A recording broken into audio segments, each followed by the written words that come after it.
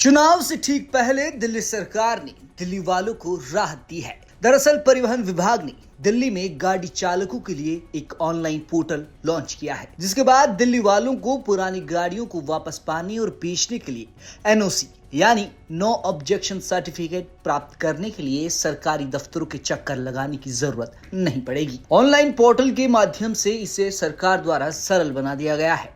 11 अक्टूबर से शुरू किए गए पेट्रोल डीजल वाहनों जिन्हें 15 और 10 साल पूरे हो गए, उनके खिलाफ कार्रवाई के लिए इस कदम को उठाया गया है। दिल्ली उच्च न्यायालय के निर्देश पर विकसित किया गया यह पोर्टल मंगलवार को लाइव हुआ और इसे 100 से ज्यादा आवेदन प्राप्त हुए।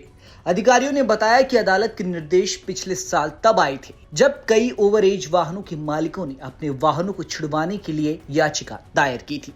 अदालत ने दिल्ली सरकार के परिवहन विभाग को सार्वजनिक स्थानों पर ईएलवीएस यानी अंत जीवन वाहनों को संभालने के लिए दिशा निर्देशों के साथ एक नीति तैयार करने के साथ साथ एक ऑनलाइन पोर्टल भी बनाने का निर्देश दिया था।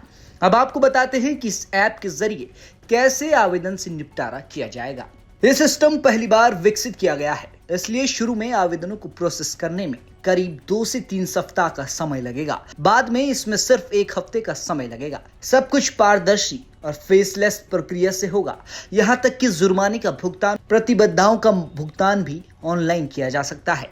विभाग के पास पहली बार और रेगुलर ऑफरेंस के भी रिकॉर्ड्स होंगे। विभाग द्वारा प्राप्त जानकारी के अनुसार 22 अक्टूबर की शाम तक 1868 वाहनों को जब्त किया जा चुका है और इनमें से 50% ई रिक्शा हैं। अब आपको जब्त वाहन वापस पाने की प्रक्रिया समझाते हैं। जिन लोगों को अपने पुराने जब्त वाहनों को वापस पाना है, उन्हें पोर्टल पर आवेदन जमा करना होगा।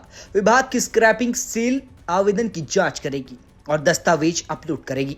दिल्ली एनसीआर में पंजीकृत वाहनों के मालिक जो अपने वाहन को दिल्ली से बाहर रजिस्टर कराना चाहते हैं, उन्हें यह शपथ पत्र देना होगा कि उनका वाहन दिल्ली में न तो चलेगा और न ही कहीं पार्क किया जाएगा। इसके बाद विभाग एनओसी जारी करेगा।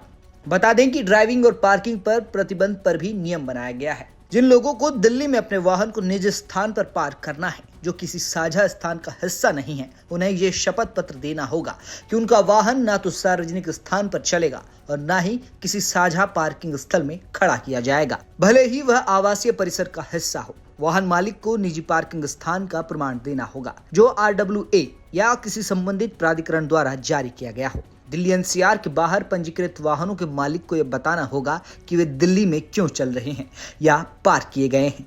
साथ ही यह शपथ पत्र देना होगा कि वे भविष्य में दिल्ली की सीमा में प्रवेश नहीं करेंगे।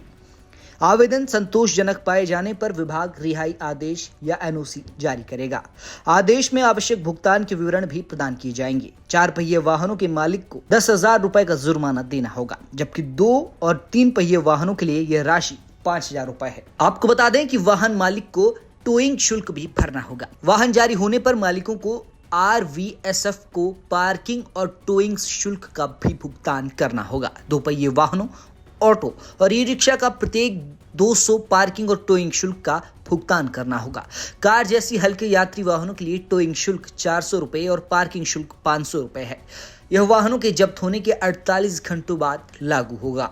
कुल मिलाकर जब्त वाहनों को पाने में आसानी तो होगी, लेकिन जब्त वाहनों पर शुल्क भी लगेगा। देखना यह है कि इससे दिल्ली में गाड़ी चलाने वालों को राहत मिलेगी या नहीं। ब्यूरो रिपोर्ट, दिल्ली तक।